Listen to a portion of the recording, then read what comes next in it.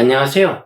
아침이 바뀌면 인생이 바뀐다라는 믿음을 주는 남자 아알람 장한식입니다. 오늘 여러분에게 공유하는 내용의 책은 능력이 아니라 목표가 없어서 실패한다라는 카테고리 내 인생 5년후라는 책으로 꿈을 펼치는 아침을 열겠습니다. 100세 생일을 맞은 한 노인의 집에 많은 하객들이 몰렸다. 그중 한 사람이 물었다. 선생님께서 살아오신 100년 세월 동안 정말 많은 변화들이 있었겠습니다. 선생님은 그런 변화들에 어떻게 대응하셨는지요? 노인은 희미하게 미소를 지었다. 맞네. 말도 말게나. 정말 고생 많았지. 그 수많은 변화들을 물리치느라고 얼마나 힘들었는지 모른다네. 인간의 내면에는 어쩌면 이런 노인이 하나씩 자리 잡고 있는지를 모른다. 변화는 외부에서 오는 것이고 그런 변화는 나를 힘들게 하는 것. 그래서 웬만하면 물리치거나 피해야 하는 것이라 여긴다. 이런 생각을 하는 이유는 간단하다. 변화의 주체가 아니라 변화에 대응하는 삶을 습관적으로 살아왔기 때문이다. 우리가 변화의 주체가 되지 못할 이유는 없다.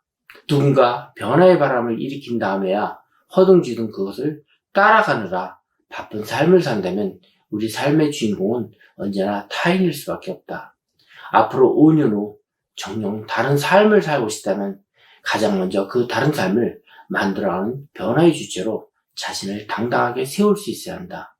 오늘날 최고의 도시로 손꼽히는 워싱턴, 샌프란시스코, 시카고, 볼티모어 등이 도시 계획을 이끈 다니엘 버넴은 다음과 같이 조언한다. 작은 계획을 세우지 마라. 작은 계획에는 사람의 피를 끓게 하는 마법의 힘이 없다. 보다 큰 계획을 세우고 소망을 원대하게 한 후에 일을 하라. 짐 콜린스의 좋은 기업을 넘어 위대한 기업으로를 살펴보면 위대한 기업을 일꾼 리더들은 한결같은 공통점이 있다. 그건 바로 누구도 흉내내지 못한 담대한 목표를 갖고 있었다는 것이다. 따라서 지금부터 5년 후의 인생을 계획할 때는 지금보다 좀 더 나은 삶의 목표가 되어서는 안 된다. 떠올릴 때마다 가슴이 뛰고 피가 끓는 담대한 목표를 가져야 한다. 우리가 실패하는 가장 큰 이유는 능력이 보잘것없어서가 아니다. 목표가 보잘것없어서다. 피 격힌 김연아가 성인 무대인 시니어대회에서 첫 우승을 했을 때가 언제인지 아는가? 당시 김연아는 인터뷰에서 더욱 정진하여 올림픽에서 반드시 금메달을 따겠다는 당찬 포부를 밝혔다. 하지만 그때 김연아가 정말 올림픽에서 금메달을 목에 걸 것이라고 생각한 사람은 거의 없었다. 레슬링이나 태권도 등이 우리나라가 초강세를 보이는 종목도 아닌 피겨스케이팅 싱글 부분에서 금메달이라니 변변한 실내 아이스링크 하나 없는 피겨의 볼모지에서 어디 가당키나 한 일이겠는가? 하지만 5년 후 그녀는 밴쿠버 올림픽에서 우승하며 시상대에서 뜨거운 눈물을 흘렸다. 그야말로 기적의 5년이 아닐 수 없었다. 김연아가 아시안게임 우승 정도를 목표로 삼았다면 그녀는 그저 기억에 남을 만한 선수가 되었을 것이다. 하지만 그녀는 담대한 목표를 세움으로써 그녀의 삶을 위대한 것으로 승화시켰다. 동계올림픽에 김연아가 있었다면 하계올림픽에는 마린부의 박태환이 있었다.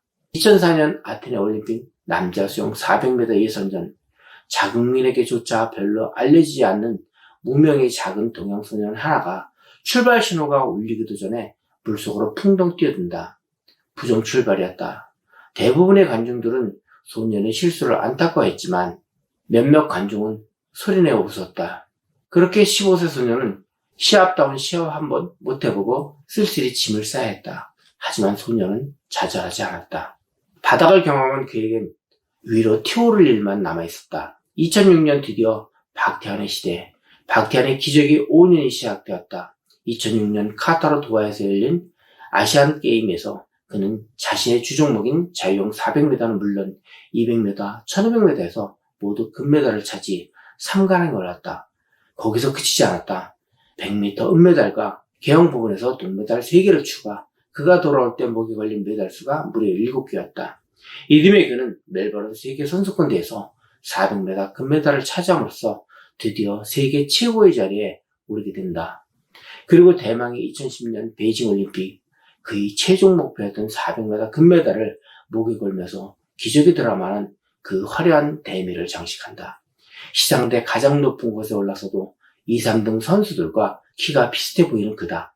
즉 그는 작은 키 183m, 짧은 팔다리라는 수영선수로서는 취약한 핸디캡을 갖고 있다. 주요 라이벌인 아델 2m 2cm, 순양 198cm, 마이클 펠프스 193cm, 파울 피더만 193cm. 같은 선수들 옆에 서면 거의 목 하나가 차이 난다. 팔다리가 길수록 추진력이 좋고 마지막 터치패드에 손을 뻗을 때도 팔이 길면 그만큼 유리한 게 수영이다. 하지만 담대한 목표를 갖고 있는 그에겐 핸디캡이란 없었다.